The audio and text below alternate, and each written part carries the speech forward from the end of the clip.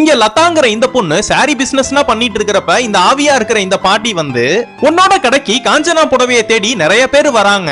உன்னோட கடைக்கு நிறைய வியாபாரமும் ஆகுது. சப்போஸ் உன்னோட கடைக்கு நட்டம் ஆகுற மாதிரி இருந்துச்சுன்னா நீ எதை பத்தியும் யோசிக்காம என்னோட நகையை வச்சு நீ காசு எடுத்துக்கோ, ஆனா அந்த நகையை மட்டும் வித்துறாத. இப்படின்னா இந்த ஆவியா இருக்கிற இந்த பாட்டியும் சொல்றாங்க. கொஞ்ச நாள்லயே இந்த லதாங்கிற இந்த பொண்ணுக்கு அழகான பெண் குழந்தையும் பிறக்குது. இந்த பெண் குழந்தைக்கும் அந்த ஆவியா நிக்கிற அந்த பாட்டி கண்ணுக்கு தெரியுது. கொஞ்ச நாள்லயே இந்த குட்டி பொண்ணு பெரிய பொண்ணா வளர்ந்துடுறா. அப்ப நம்ம லதாவும் இது எல்லாமே உன்னோட பாட்டியோட நகை, இது நீ தான் பாதுகாக்கணும், உனக்கு தேவைப்பட்டா நீ இதை யூஸ் பண்ணிக்கோன்னு அவங்க அம்மாவும் சொல்றாங்க. எனக்கு எதுக்குமா நகைனா, எனக்கு நகை யூஸ் பண்ணவே பிடிக்காதுன்னு இந்த பொண்ணு சொல்றா.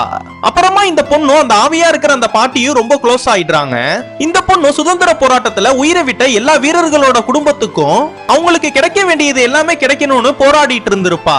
இதுதான் பாக்குற ஆவியா இருக்கிற இந்த பாட்டியும் என்னோட 5 கிலோ நகை பெட்டியிலேயே இருக்கிறனாலதான் நான் இன்னும் மோட்சம் கிடைக்காம ஆவியா சுத்திட்டு இருக்கேன். பேராசை புடிச்ச இவங்க என்னோட நகையை எடுத்துக்கிறத விட நம்ம நாட்டுக்காக ரத்தம் சிந்தின இந்த வீரர்களோட குடும்பத்துக்கு ஆளுக்கு பாதி பாதியா பிரிச்சு கொடுத்துருன்னு இந்த பாட்டியும் பேத்திக்கிட்ட சொல்றாங்க. இந்த பொண்ணு அதெல்லாம் பார்த்து ரொம்ப சந்தோஷப்பட்டு அந்த நகையை எல்லா குடும்பத்துக்குமே பாதி பாதியா பிரிச்சு கொடுத்துறா. இந்த பாட்டியோட நகையும் பிரயோஜனமான இடத்துக்கு போய் சேர்ந்தனால இந்த பாட்டியும் மோட்சம் கிடைச்சு மேல போயிடுறாங்க.